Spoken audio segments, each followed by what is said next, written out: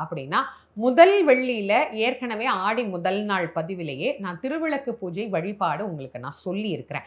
அதுல நீங்க போய் அந்த வழிபாட பார்த்து, முதல் வெள்ளிக்கிழமை செய்ய வேண்டிய அந்த வழிபாடு திருவிளக்கு பூஜை அப்படிங்கிறத தெரிஞ்சுக்கோங்க. அதற்கு அடுத்தபடியா நமக்கு வர்றது 2வது வெள்ளி 24ஆம் தேதி. இந்த 24ஆம் தேதி அன்னைக்கு ரொம்ப ரொம்ப எளிமையான ஒரு வழிபாடு தான் நான் சொல்றேன்.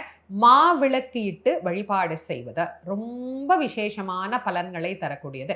பொதுவா நம்ம ஏதாவது ஒரு நேர்த்திக் கடன் நேர்ந்திருப்போம். அந்த நேர்த்திக் கடன் செய்ய தாமதம் ஆகுது. இல்ல நமக்கு மறந்து போச்சு.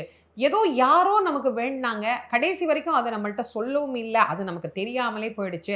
அப்போ ஏதோ ஒரு கடன்காரனா அம்பாளுக்கு நம்ம இருக்கிற மாதிரி நமக்கு உணர்வு தோணுது அப்படிங்கிறவங்க எல்லாம், இந்த மாதிரி மாவிளக்கு இட்டு வழிபாடு செய்கின்ற போது, நம்முடைய தேவைகளை அம்பாள் பூர்த்தி செய்ததற்கு ஒரு நன்றிக் கடனாக இருக்கும். இன்னொரு விஷயமும் இதுல உண்டு. இது ஒரு எளிமையான வழிபாடு தான்.